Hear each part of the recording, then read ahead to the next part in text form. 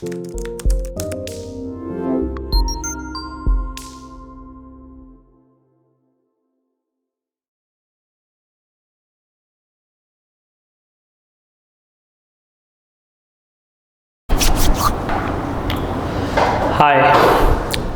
कैसे हैं आप लोग? बढ़िया।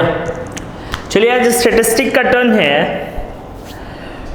बच्चों ने कहा कि सर थोड़ा सा वीडियो को और कम टाइम का करिए, क्योंकि उनके पास समय बहुत है लेकिन पढ़ाई के लिए बहुत कम है। तो मैंने कहा ठीक है।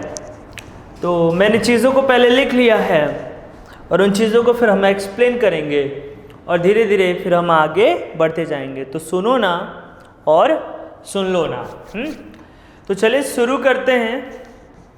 ये ज़िंदगी ना मिलेगी दोबारा, और आप सभी का टारगेट सीए है। तो चलिए, सीए और सीएमए के लिए खासतौर ये वीडियो बना रहा हूँ मैं, सीए और सीएमए फाउंडेशन बैच के लिए।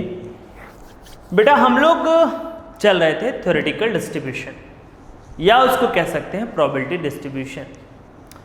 उसके दो पार्ट होते हैं। एक पार्ट का नाम है discrete random variable and continuous random variable. जो लोग हंसना चाहते हैं वो हंस सकते हैं, ठीक। अच्छा सर, ये जो डिस्क्रीट रैंडम वेरिएबल होता है ये दो टाइप के हैं, बाइनोमियल और पॉइसन। और कॉन्टिन्यूअस में नॉर्मल डिस्ट्रीब्यूशन और भी बहुत से चीज़ें होती हैं कॉन्टिन्यूअस में, लेकिन आपके यहाँ जो है केवल यही है, इसीलिए मैंने यही लिखा है। होता यही नहीं है। कल को आप जब ज़्यादा पढ़ लेना तो ये मत कहना कि मैंने कुछ कम पढ़ाया। बट अपन केवल अपने कोर्स को टारगेट करें हैं। जैसा कि बाइनोमियल के 2 लेक्चर वीडियो आप देख चुके हैं, ग्रुप में आपको नोट्स मिल चुका है। तो आज पॉइसन की क्लासेस स्टार्ट करते हैं। Poisson distribution. Poisson distribution is the type of discrete random variable. ये जो रैंडम है ना, रैंडम का मतलब है अचानक से। जो चीज़ अनबायस्ड हो उसे रैंडम बोलते हैं, जो चीज़ बायस्ड है उसे कभी भी रैंडम नहीं कहते। जैसे आप एक कोई कॉइन है, कॉइन को टॉस कर रहे हैं तो आप ऐसे आंख बंद करके कॉइन को टॉस कर रहे हैं, इट्स कॉल्ड रैंडम। अब आप अगर ऐसे कर रहे हैं, एक आंख खोल के और कॉइन देख के उसको सेटिंग कर रहे हैं, तो वो रैंडम नहीं बोला जाएगा। रैंडम मतलब जो चीज़ें अचानक से हों, जो अनबायस्ड हो, उसको रैंडम बोला जाता है। तो सबसे पहले Poisson distribution is the type of random discrete variable. Discrete random variables वो वहाँ पे है, यहाँ पे, जिसमें बाइनोमियल हो चुका है। पॉइसन आज करेंगे, ठीक है। और पॉइसन का एक वीडियो आपके लिए सफिशिएंट हो, ठीक। Then Poisson distribution was derived in 1837। जो पॉइसन डिस्ट्रीब्यूशन है वो 1837 में आया था, और देने वाले का नाम था डेनिस पॉइसन, जो कि फ्रेंच मैथमेटिशियन थे, फ्रेंच मैथमेटिक्स के ज्ञाता थे। तो जो पॉइसन डिस्ट्रीब्यूशन है वो किस ईयर में आया? 1837। किसने दिया? डेनिस पॉइसन ने। कहाँ के रहने वाले थे? ठीक, इस तरीके से आप इसको लर्न कर लीजिएगा। Poisson distribution can be applied in such situation without knowing total possible outcome. It's very most important line. बेटा, जैसा कि आपको मालूम है, इसके पहले आपने बाइनोमियल पढ़ा है, और बाइनोमियल में जो n होता था वो काउंटेबल होता था, वो वेरी स्मॉल होता था। तो जब वेरी स्मॉल n हो तब बाइनोमियल, जब n वेरी लार्ज हो, अननोन हो, n पता ना हो, तब पॉइसन लगता है। ये फर्क पहले समझ लीजिए। सर एक बार और रिपीट कर दीजिए। मैंने कहा बेटा कि जब भी सुनो ना, सुन लो ना, सुनो ना, सुन लो ना, बाइनोमियल और पॉइसन को केवल एक बात अलग करती है।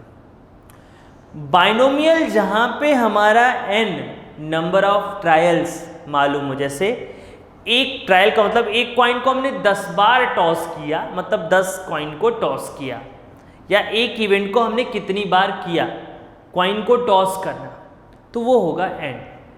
ठीक, अब सुनिए जरा ध्यान से सुनिए। तो जहां पे n फाइनाइट हो, स्मॉल हो, वहां पे बाइनोमियल लगाइएगा। जहां पे n बहुत ही लार्ज अमाउंट में हो, या जहां पे टोटल पॉसिबल आउटकम मालूम ना हो, जहां पे टोटल पॉसिबल आउटकम मालूम ना हो, वहां पे आप क्या लगाना, पॉइसन डिस्ट्रीब्यूशन। एक बार मेरे साथ रिपीट कर दो। पॉइसन डिस्ट्रीब्यूशन किस ईयर में आया था? 1837। कौन लेके आया था? Denis Poisson. कहाँ के थे? French mathematician. Yes, next. Poisson distribution कब अप्लाई होगा? जब टोटल पॉसिबल आउटकम मालूम नहीं होगा। ओके, फॉर एग्जाम्पल, अभी एग्जाम्पल भी मालूम होना चाहिए। और बेटा कभी कभी एग्जाम्पल दे के पूछ लेता है कि बताओ इसमें कौन सा थ्योरेटिकल डिस्ट्रीब्यूशन लगेगा। ठीक है, कौन सा थ्योरेटिकल डिस्ट्रीब्यूशन लगेगा। For example, the number of telephone calls पर hours received by an office. जो नंबर ऑफ कॉल है एक ऑफिस में, जैसे कस्टमर केयर का ऑफिस है, उसमें कितने फोन कॉल्स आते होंगे, तो एक घंटे में किसी ऑफिस में आने वाले फ़ोन कॉल्स। अब वहाँ पे जहाँ पे यूज़ क्वांटिटी, जहाँ पे मास क्वांटिटी की बात होती है, वहाँ पे हम बात करेंगे। जहाँ पे एंड बहुत लार्ज उसमें हो, जैसे दूसरा एग्जांपल देखिएगा। ये एग्जांपल भी देके कभी कभी आपसे पूछ लेता है कि इस पे कौन सा क्राइटेरिया लगेगा। जैसे देखिए यहाँ पे लिखा हुआ है कि the number of typing error given in a page. तो एक पेज में आने वाले जो नंबर ऑफ एरर्स हैं वो आपका क्या होगा बेटा? पॉइसन होगा, क्योंकि ढेर सारे पेज होंगे। तो हम एक पेज में कितने टाइपिंग एरर होंगे उनकी बात पे हम बाकी चीज़ों को पॉसिबिलिटी के थ्रू निकाल लेंगे। The number of given bacteria in a given culture. एक कल्चर में कितने बैक्टीरियाज हैं उस पर अगर हम कंक्लूजन निकालना चाहें तो हमें पॉइसन डिस्ट्रीब्यूशन लगाना पड़ेगा। The number of death in a district in a given period, just like 1 month 1 year. तो एक पर्टिकुलर टाइम में एक डिस्ट्रिक्ट में होने वाले डेथ के केस में क्या लगाएंगे आप? पॉइसन डिस्ट्रीब्यूशन को लगाएंगे। नेक्स्ट, बेसिक एजम्पशंस क्या है? Number of trials very large and infinite. Basic assumptions क्या है? वो ये है कि नंबर ऑफ ट्रायल्स जो है वेरी लार्ज और इनफाइनाइट होना चाहिए। सेकंड क्या है? There are 2 possible outcome. हमारे पास 2 पॉसिबल आउटकम होंगे, सक्सेस एंड फेलियर। सबसे इंपॉर्टेंट है पॉइसन फंक्शन का फॉर्मूला। तो बेसिक एजम्पशंस क्या है पहले ही बता चुके हैं कि पॉइसन डिस्ट्रीब्यूशन तब लागू करेंगे जहां पे टोटल पॉसिबल आउटकम नहीं मालूम होगा। ओके, नाउ नेक्स्ट, 2 ही पॉसिबल आउटकम, सक्सेस और फेलियर। और एक और बात बता दें हम आपको, बातें तो बहुत हैं बट थोड़ा धीरे धीरे बात करेंगे तो बेहतर होगा, या कर ही लेते हैं। अब आई गया कुछ चीज़ें, बहुत ही बेसिक सी बातें हम आपको बता देते हैं, फिर आते हैं इसके फंक्शन पे। एक चीज याद रखिएगा कि जो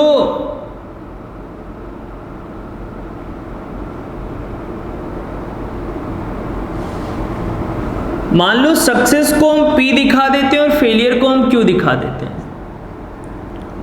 तो इन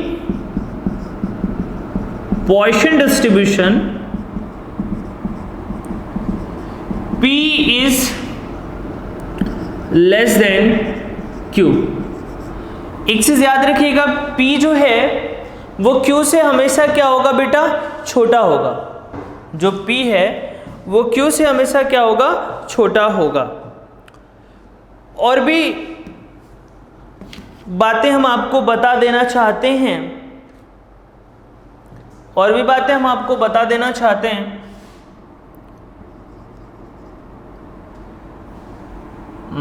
चलिए अब पॉइसन डिस्ट्रीब्यूशन फंक्शन क्या हो, पॉइसन डिस्ट्रीब्यूशन फंक्शन, उसका फॉर्मूला क्या है बेटा, मतलब पॉइसन को कैलकुलेट कैसे करेंगे, एक बार रिवीजन आखिरी में करेंगे, ठीक है। पॉइसन डिस्ट्रीब्यूशन को हम कैलकुलेट कैसे करेंगे, then P X represent to R, E M into M R R factorial, where Poisson distribution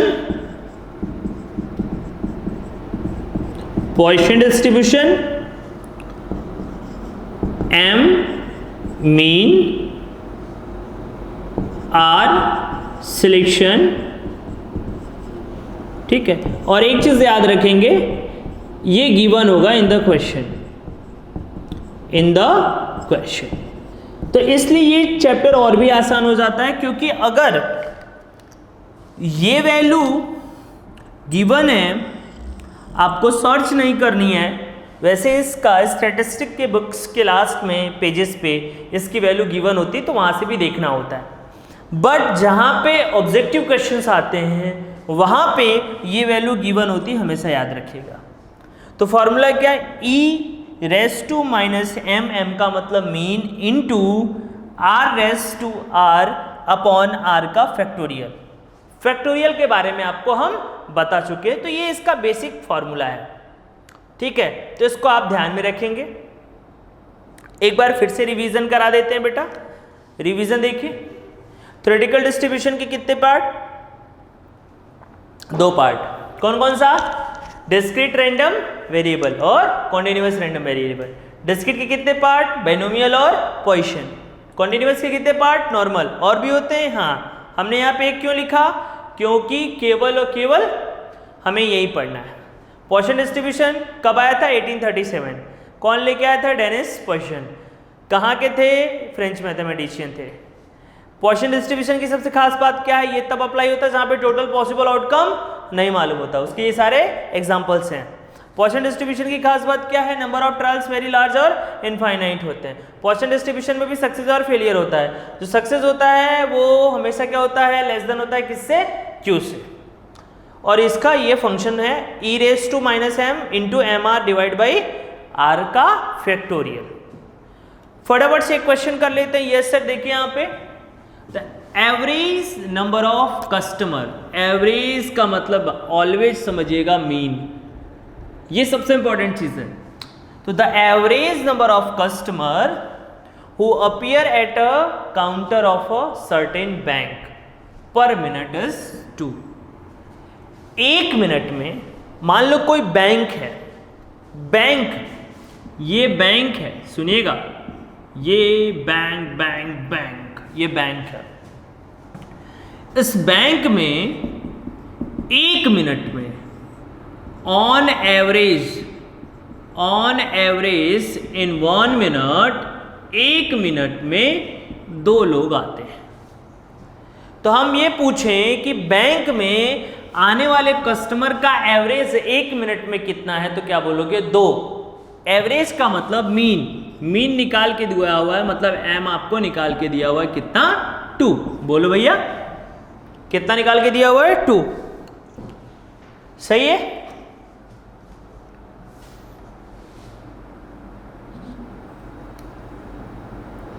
अच्छा भैया,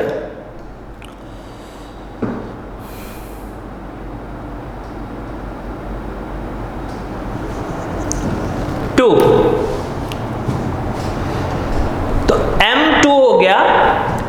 कह रहा find the probability that during a given minute, आप इस बात की पॉसिबिलिटी निकालिए कि 1 मिनट में नो कस्टमर अपीयर, या गिवन मिनट में जो भी मिनट हो उसमें नो कस्टमर अपीयर, उसमें एक भी कस्टमर ना आता हो। तो जो पहला क्वेश्चन है वो R इज इक्वल टू क्या हो जाएगा, 0। एक भी कस्टमर नहीं तो क्या हो जाएगा, R इज इक्वल टू 0। तो फॉर्मूला क्या होगा, फॉर्मूला होगा P x is equal to R E minus M into MR R factorial. R की जगह क्या हो जाएगा 0, x is equal to 0। E minus M question में गिवन है 0.135, 0.135 इंटू m की वैल्यू कितनी है 2, R की वैल्यू कितनी है 0, डिवाइड बाई 0 फैक्टोरियल। तो इसका आंसर 0135, किसी के पावर 0 है तो उसका आंसर 1 डिवाइड बाई 1, तो 0135। ये पॉसिबिलिटी है, ये पॉसिबिलिटी है कि एक भी कस्टमर ना अपीयर हो, उस बात की पॉसिबिलिटी ये है।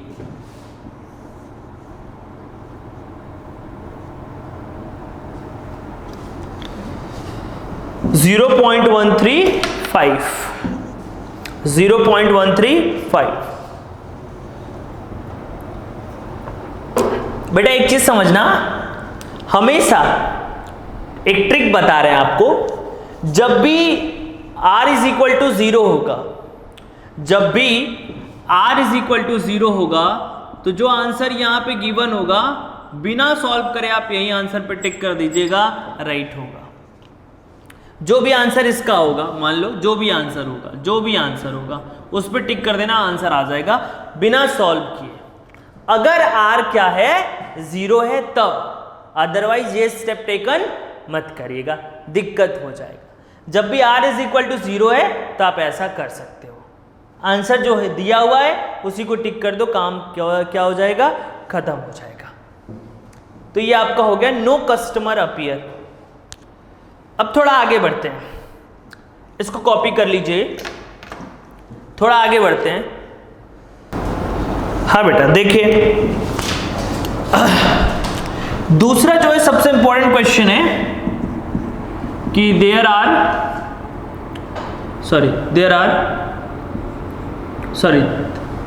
नहीं 3 और मोर कस्टमर अपीयर्स, मतलब 3 या 3 से ज्यादा कस्टमर अपीयर हो, इस बात की पॉसिबिलिटी बताइए।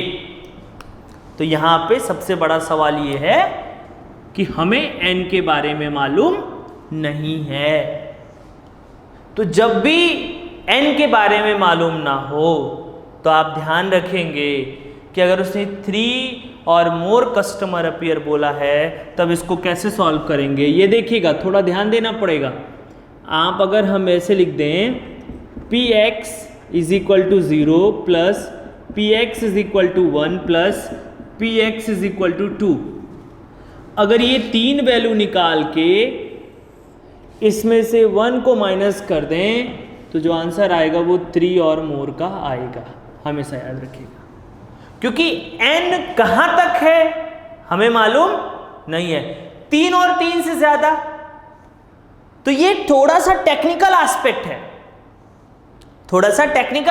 है, कि अब 3 के बारे में मालूम नहीं है तो मालूम किसके बारे में कर सकते हैं, 0 के बारे में, 1 के बारे में, 2 के बारे में। तो इसको 1 से माइनस कर देंगे तो मोर देन 3 का आ जाएगा। किसका आ जाएगा, मोर देन 3 का आ जाएगा, ठीक है ना। तो इसको ऐसे भी दे सकता है कि एटलीस्ट 3, क्या बोल सकता है इसको, एटलीस्ट 3। तो जब भी लिस्ट की बात हो तो मैंने क्या बोला था, मिनिमम टू, बोलो मिनिमम टू मैक्सिमम, वर्ड पे ध्यान देना। जब भी लिस्ट की बात हमने बोली थी तो क्या बोला था, मिनिमम टू मैक्सिमम। तो मिनिमम कितना हो गया 3, मैक्सिमम कितना हो गया मालूम नहीं है। तो इससे अच्छा हम क्या निकाल दें बेटा, इससे अच्छा हम क्या निकाल दें, 0 1 2, ये 3 निकाल दें तो जो आएगा उसको क्या बोलेंगे, 3 यार 3 से मोर। लेकिन उसके लिए किससे माइनस करना पड़ेगा? 1 से माइनस करना पड़ेगा। क्लियर है?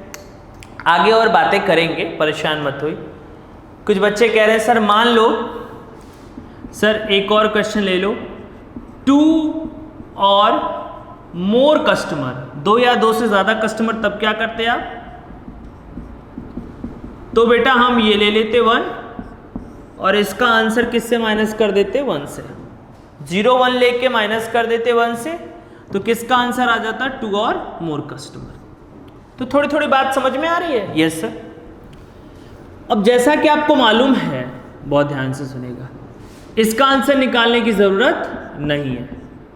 कितना आंसर होगा? जो इसका आंसर होगा वही इसका भी होगा। अभी कुछ देर पहले आपने निकाला था और मैंने आपको समझाया भी था कि अगर 0 दे रहा है तो जो आंसर गिवन होगा वही आंसर यहाँ पे रख देना। प्लस P1 का निकालना पड़ेगा, तो आइए P1 निकाल लेते हैं यहाँ पे। देखिए, तो Px is equal to 1 e raise to m into mr upon r factorial.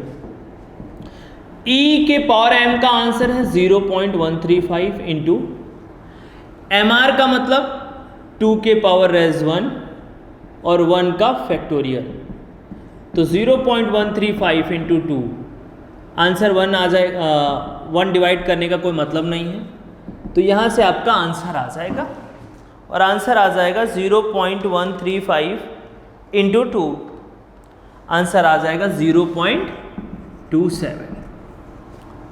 तो इसका आंसर कितना आ गया बेटा? 0.27 plus x is equal to 2, तो फिर रखेंगे बेटा x इज इक्वल टू 2, तो e के power m into mr divide by r factorial. तो e के पावर m का आंसर 1035 इंटू 2 के power 2 divide by 2 factorial, 0.35 into 4 divide by 2,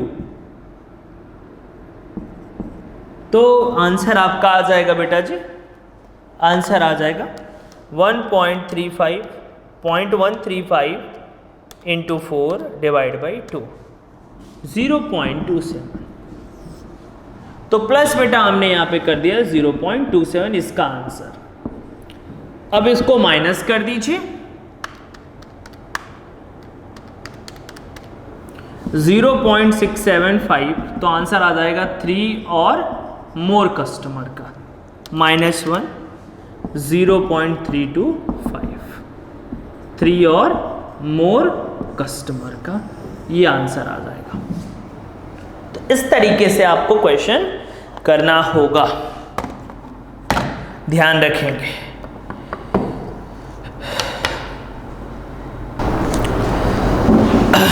yes बेटा, ये आपकी स्क्रीन पे दूसरा क्वेश्चन है, सुनो ना, सुन लो, चलो चलो फटाफट से, ठीक। अरे थोड़ा सा पॉजिटिव एनर्जी के साथ मुझे सुनते रहो, ठीक है मेरे प्यारे प्यारे बच्चों, ठीक है। चलो देखो, सुनो, पहला जो क्वेश्चन था, पहले क्वेश्चन में मीन गिवन था तो आसान था। इस क्वेश्चन में तुमको मीन फाइंड आउट करना है। तो पहले क्वेश्चन में मीन गिवन था, दिया हुआ था। इस क्वेश्चन में आपको मीन निकालना पड़ेगा। अब कुछ मेरे इंटेलिजेंट टाइप के बच्चे, प्यारे प्यारे टाइप के बच्चे, आइंस्टीन टाइप के बच्चे कहेंगे सर मीन तो यहाँ पे दिया हुआ है, और मैं कहूँगा हाँ, बिकॉज E 1.6 मतलब E M, तो M का मतलब आंसर कितना हो जाएगा? 1.6। एकदम सही। आगे चिरकुटाई पे कर लिए, चिरकुटाई हम लोग मीन निकालेंगे, प्रॉपर स्टडी की बात करेंगे, ऐसे कोई भी काम नहीं करेंगे। ठीक ठीक सर, ओके सर, आप भी सर ना। चलिए सर मीन निकालते हैं, क्वेश्चन पढ़ते हैं पहले क्या है। क्वेश्चन है कि the number of calls arriving at an internal switch board of an office is 96 per hour. कोई मान लो स्विच बोर्ड है जिसपे ऑफिस का, जिसपे कॉल आता है और वो कॉल 96 बार आता है 1 आवर्स में। 1 घंटे में कितनी बार आता है? 96 times. Find the probability that, पहला, not more than 3 calls in a minute, at least 3 calls in a minute. सबसे इंपॉर्टेंट लाइन यही है कि जो डेटा गिवन है वो आवर्स में गिवन है और जो आंसर चाहिए उनको मिनट में चाहिए।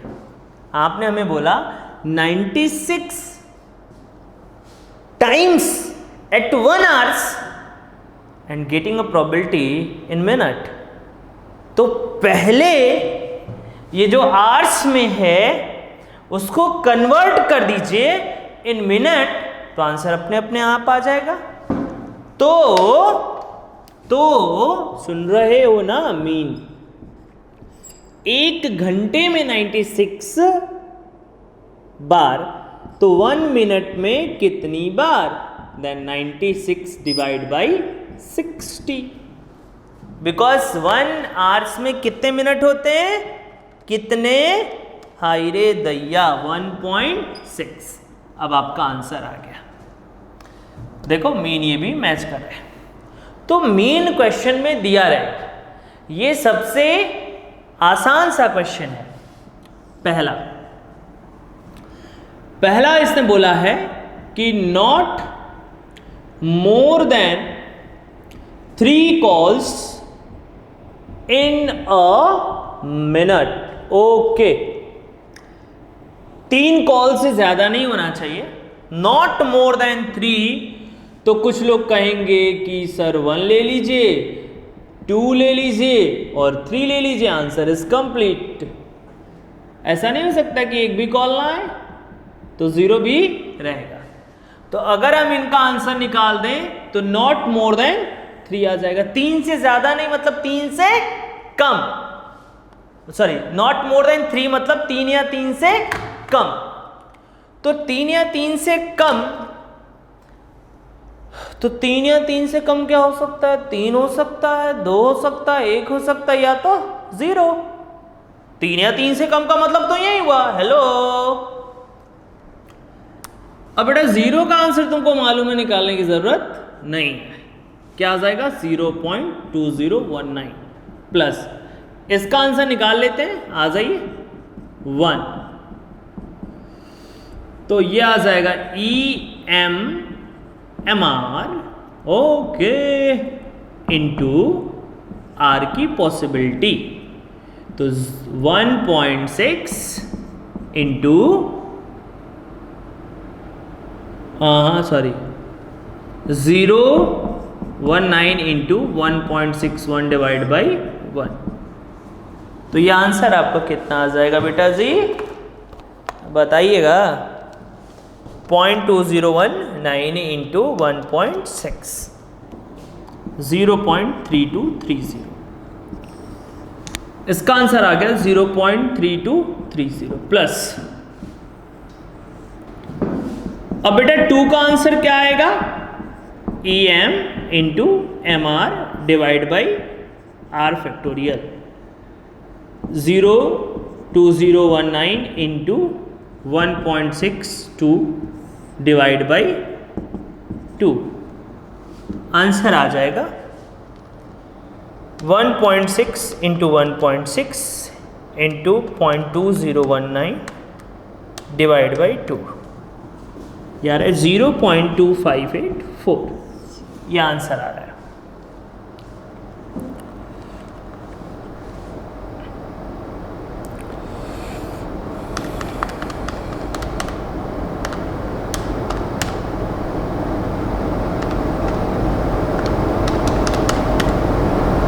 ठीक, तो ये आंसर आ गया बेटा आपका 0.2584 प्लस इसी तरीके से निकाल लीजिए। अब हमको परेशान क्यों कर रहे हैं? अब सर आप निकाल रहे हैं तो सारा का सारा ही निकाल दीजिए। हमने कहा अच्छा, कितने प्यारे बच्चे हो आप लोग, थैंक यू सर। तो 1.6 डिवाइड बाई 3 इंटू 2, ठीक। तो ये आंसर आ जाएगा आपका 2019 इंटू 1.6 इंटू 1.6 इंटू 1.6 4.096। 3 फैक्टोरियल का मतलब 3 इंटू 2 इंटू 1। अब 2 फैक्टोरियल का मतलब बेटा 2 इंटू 1, ठीक है। तो आंसर आ जाएगा, ऐसे करिएगा ना, इंटू 0.2019 डिवाइड बाय 6 01378, ये आंसर है 01378। अब बेटा सबको ऐड कर दीजिए तो नॉट मोर देन 3 का आंसर आ जाएगा। मैं ऐड करके बता दे रहा हूं आपको, मैं ऐड करके बता दे रहा हूं प्यारे प्यारे बच्चों। ये आ गया 0.9211। तो बहुत आसान सा चैप्टर है, इसमें आपको बहुत कुछ करना नहीं है, बहुत इजीली आंसर आपका आ जाएगा, कोई भी टेंशन लेने की ज़रूरत नहीं है, कोई भी टेंशन लेने की ज़रूरत नहीं है। दूसरा आंसर क्या है आपका? दूसरा आंसर, रुक जाइए मैं कर दे रहा हूं। दूसरा आंसर सबसे आसान तरीके से आएगा, कोई कुछ करेगा नहीं। इसने बोला एटलीस्ट 3 कॉल्स, तो ये हो जाएगा आपका मिनिमम टू मैक्सिमम। अब मैक्सिमम कितना है हमको नहीं मालूम, मिनिमम 3 है, मैक्सिमम कितना हमें नहीं मालूम है। तो अगर हमें नहीं मालूम है तो कैसे निकालेंगे बेटा? एटलीस्ट 3 कॉल्स, एटलीस्ट 3 कॉल्स, तो 3 टू मैक्सिमम नॉट नोन, नहीं मालूम है, तो इसको ऐसे निकालेंगे। एटलीस्ट 3 निकालने के लिए, कम से कम 3 को निकालने के लिए 1 में से 0 1 या 2 माइनस कर दीजिए। 3 को माइनस मत करिएगा, नहीं गलत हो जाएगा।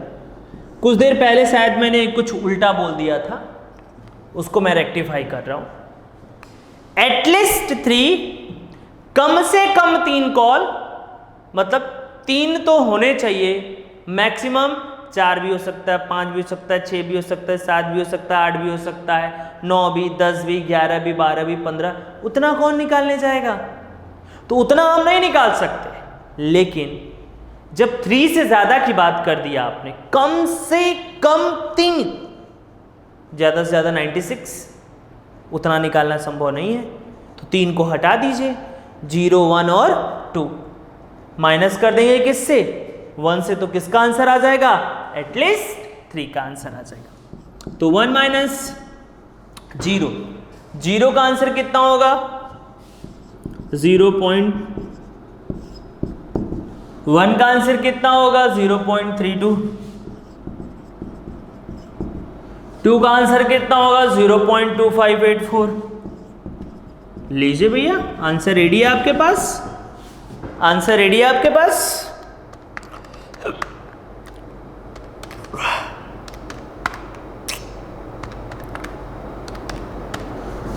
(07833) that is answer 2167। खत्म हो गया भैया, लो भैया आंसर आ गया। तो फिर इसी तरीके से हम आगे बढ़ेंगे। तो ये तो पहली चीज थी कि फंक्शन ऑफ पॉइसन डिस्ट्रीब्यूशन कैसे वर्क करता है। ज्यादा केसेस याद रखिएगा, more than, less than, exactly, at most, at least, ये सारी चीजों को ध्यान में आप रख के तब क्वेश्चन को सॉल्व करेंगे। हाँ बेटा सुनिए जरा, ध्यान से सुनेगा, सभी लोग ध्यान से सुनेगा। लगभग चीज़ें हमारी पॉइसन डिस्ट्रीब्यूशन की हो चुकी हैं, कुछ बातें और हैं पॉइसन डिस्ट्रीब्यूशन का। Constant of the Poisson distribution और भी चीज़ें बची हैं, जैसे मीन पॉइसन डिस्ट्रीब्यूशन का एनपी होता है। और एक चीज़ याद रखेंगे कि पॉइसन डिस्ट्रीब्यूशन में मीन और वेरिएंस दोनों इक्वल होते हैं। कई बार ये क्वेश्चन पूछा भी गया है। तो पॉइसन डिस्ट्रीब्यूशन का मीन और वेरिएंस दोनों क्या होगा, इक्वल होगा। First moment about mean is equal to 0, second moment about mean is equal to mean, third moment about mean is equal to mean, fourth moment about mean is equal to mean plus 3 mean square, moment coefficient of squareness is equal to 1 by mean, ठीक है, और moment coefficient of kurtosis 3 plus 1 by mean. कुछ लोग बेटा kurtosis को पूछ रहे हैं कि सर कर्टोसिस क्या होता है, तो बेटा इसकी 15 मिनट की वीडियो हम बनाएंगे, उसको आप देख लीजिएगा तो आपको समझ में आ जाएगा कि कर्टोसिस क्या होता है, और उसके साथ साथ आपको ये भी समझ में आ जाएगा कि मोमेंट क्या होता है।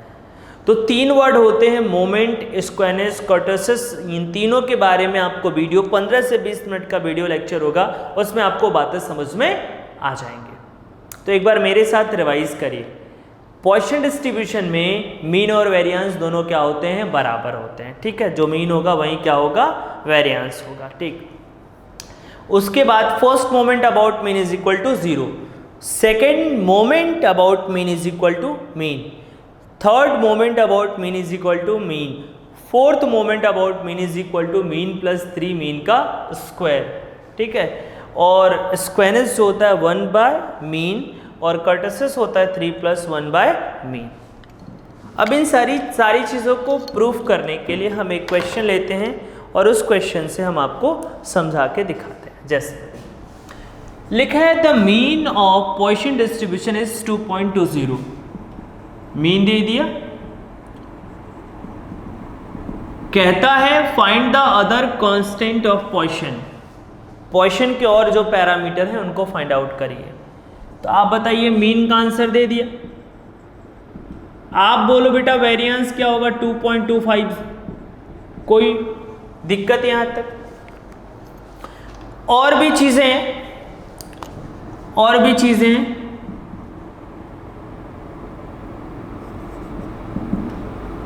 μ1 का मतलब बेटा फर्स्ट मोमेंट हो जाएगा, याद रखिएगा। फर्स्ट मोमेंट आपका क्या हो जाएगा, 0। μ2 का मतलब सेकेंड मोमेंट भी हमारा answer 2.25, third moment answer 2.25, fourth moment बेटा, फोर्थ मोमेंट का आंसर होगा मीन प्लस 3 मीन का स्क्वायर, 2.25 प्लस 3 इंटू 2.25 का स्क्वायर। सॉल्व कर लीजिए, कितना आता है 2.25 प्लस, अगर हम उसको सॉल्व कर दें तो आंसर हमारा आ जाएगा बेटा 2.25 इंटू 2.25 इंटू 3, तो आंसर आ जाएगा 15.175 प्लस 2.25 17.43। तो फोर्थ मोमेंट अबाउट मीन आपका आ गया इतना। उसके बाद बेटा स्क्वायरनेस का अगर हमें आंसर चाहिए, स्क्वायरनेस का तो 1 बाय मीन, 1 बाय 2.25, आंसर कितना आएगा निकाल लीजिए, 1 बाय 2.25 दैट इज 0.444। और मान लो कर्टोसिस निकालना है, कर्टोसिस, तो ये आ जाएगा बेटा आंसर आपका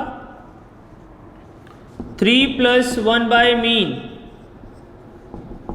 3 प्लस 1 बाय 2.25, आंसर इज 3.444। खत्म हो गया। तो बस फार्मूले में वैल्यू रख दीजिए, आंसर आपके पास होगा। चलिए फटाफट से कॉपी कर लीजिए,